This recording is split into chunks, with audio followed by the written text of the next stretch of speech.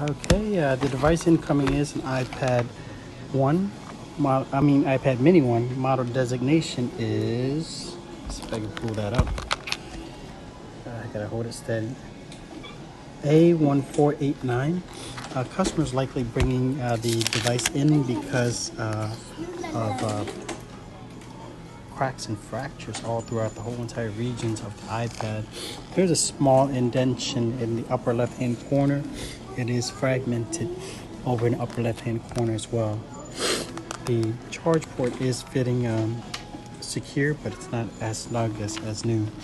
22% battery level. It's taking an incoming charge current of 2.30 amperes.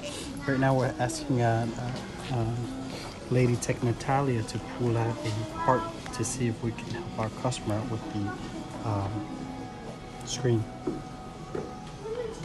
Okay. Looks like it is touching across a random 6-point region test, and there are no other tests to run on it. Okay, actually, let me run the camera test.